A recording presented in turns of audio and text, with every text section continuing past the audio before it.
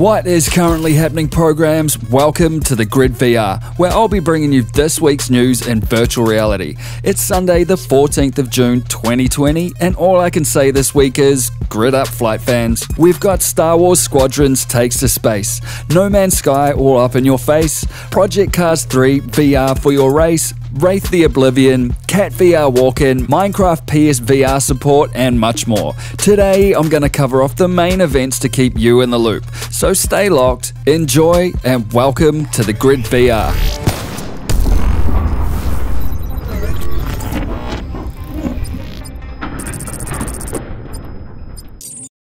A brand new Star Wars game called Star Wars Squadrons has been announced by EA Games, and according to Jeff Grubb over at VentureBeat, it is going to support VR.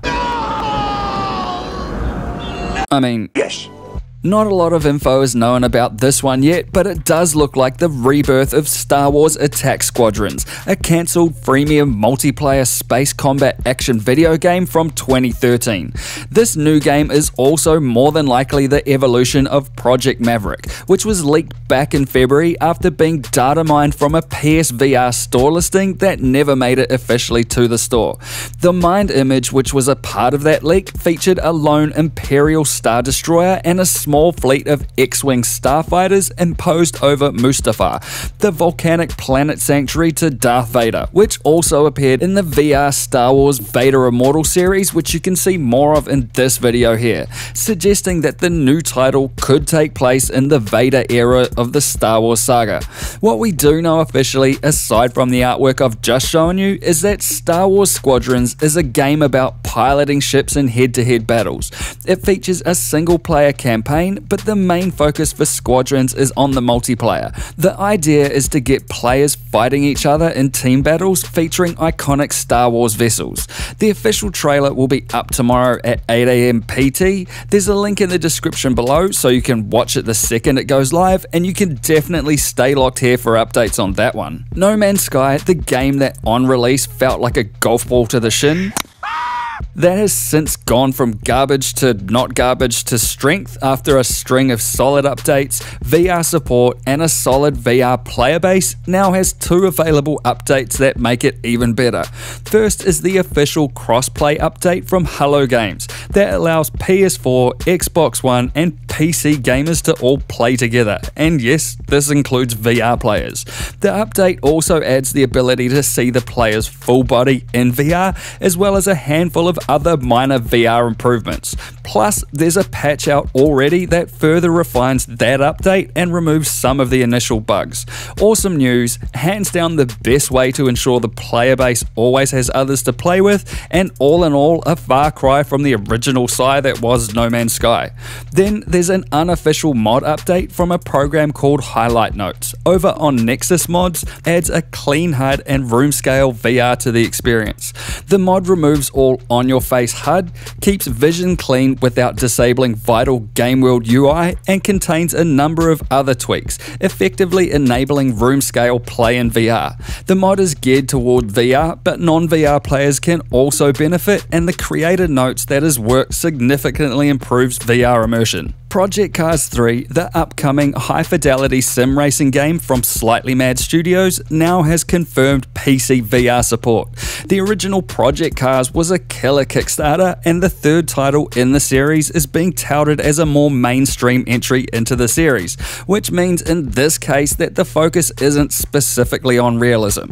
According to the studio's Joe Barron, Slightly Mad's esports and marketing manager, racing a car around a track in real life is a thrilling, exciting, visceral experience, and simulation should be a reflection of these qualities that make motorsport so enthralling.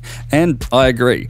I've never quite clicked with fully realistic racing sims. I mean, I absolutely love them, but I just don't have the time to sink wholeheartedly into a hyper-realistic sim racing game when there is so much out there I want to play.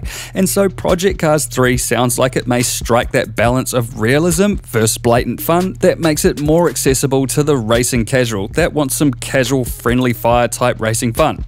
The game looks insane, realistic enough, and with full PC VR support, just like Project Cars 2, which was great to play in virtual reality, I'll be more than happy to slide this entry into my games library. Project Cars 3 will be out in summer 2020 on PS4, Xbox One and PC, and I'll see you right back here at the starting grid when the time comes to take off. And briefly, over to hardware, Cat VR, the company that bought us the Catwalk VR treadmill in 2015 for around $13,000 and almost bought us the previously scrapped Cat VR mini treadmill in 2018 for $3,000, has announced a Kickstarter for the Catwalk C, a consumer-centric, play space friendly and pocket-fondling $700, which is much more like it.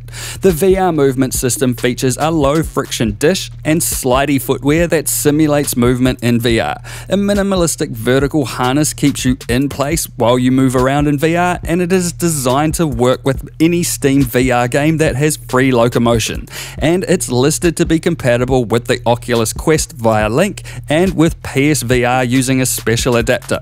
In my experience, this type of thing is more like force pushing your way through VR and not so much fluidly walking or running like the video shows, but it does work.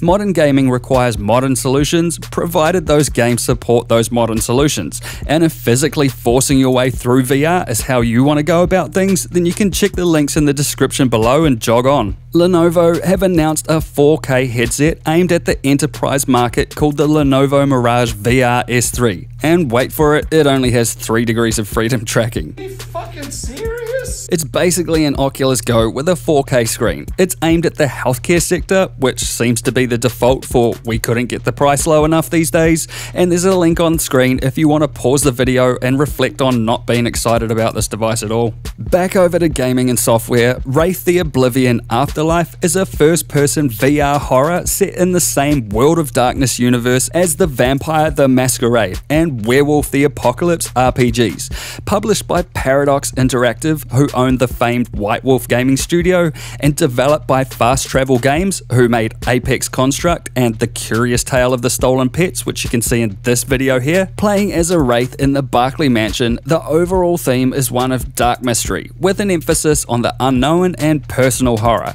If you've played Alien Isolation, which you can play in VR using this video here, that's a level of fear we're apparently talking about here. A gameplay trailer will be up in August. The game will be available on all major VR platforms, and you can check the links in the description below if you want to find out why death is only the beginning in Wraith the Oblivion. The Rig, a star map to murder, is a single-player, first-person point-and-click style VR game without the point-and-click from Sunset Division. Inspired by adventure games from the 1990s, you explore a dilapidated travel agency, an old beta of a starship, and finally encounter the Rig itself, a hulking asteroid mine at the very edge of deep space. The game features story-centric environmental puzzles, old-fashioned detective storytelling set in the future, a fully lived-in, explorable starship reminiscent of the Serenity or the Millennium Falcon, and a diverse cast of talented and professional voice actors for an immersive experience with branching narrative dialogue. Out later this month, The Rig, a star map to murder, looks stylish, gorgeous, and is a sci-fi noir game set at the edge of space with a fun itinerary. And I'm looking forward to seeing what makes it click. Myth: A Frozen Tale is out now on Oculus Quest and is a short film based on the Frozen franchise, specifically Frozen 2.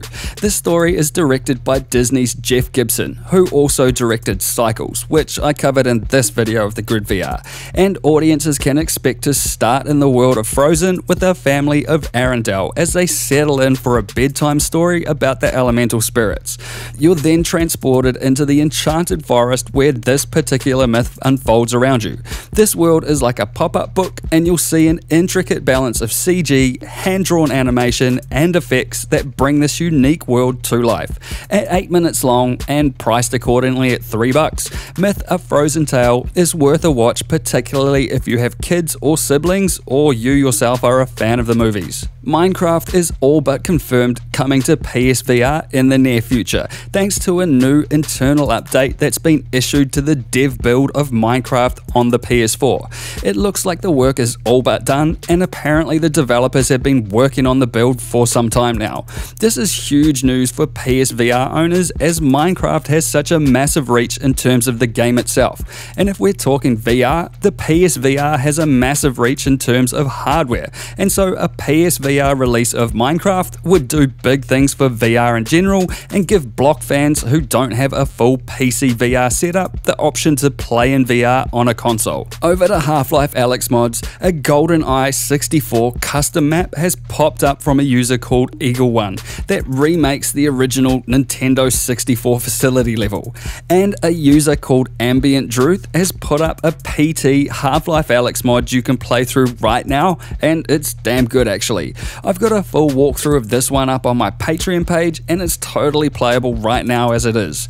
This one I'd have to say is currently the best way to play the cancelled playable teaser demo from Kojima and Del Toro in VR, and it's only getting better as the project nears completion. Contractors VR has had a massive crossplay update that lets Oculus Rift, Quest and Steam VR players game together, as well as adding official mod support, so you can download and play community made mods directly from in the game now. There's new games including Domination, a customizable server description with in-game virtual keyboard, and an added casual or competitive server tag.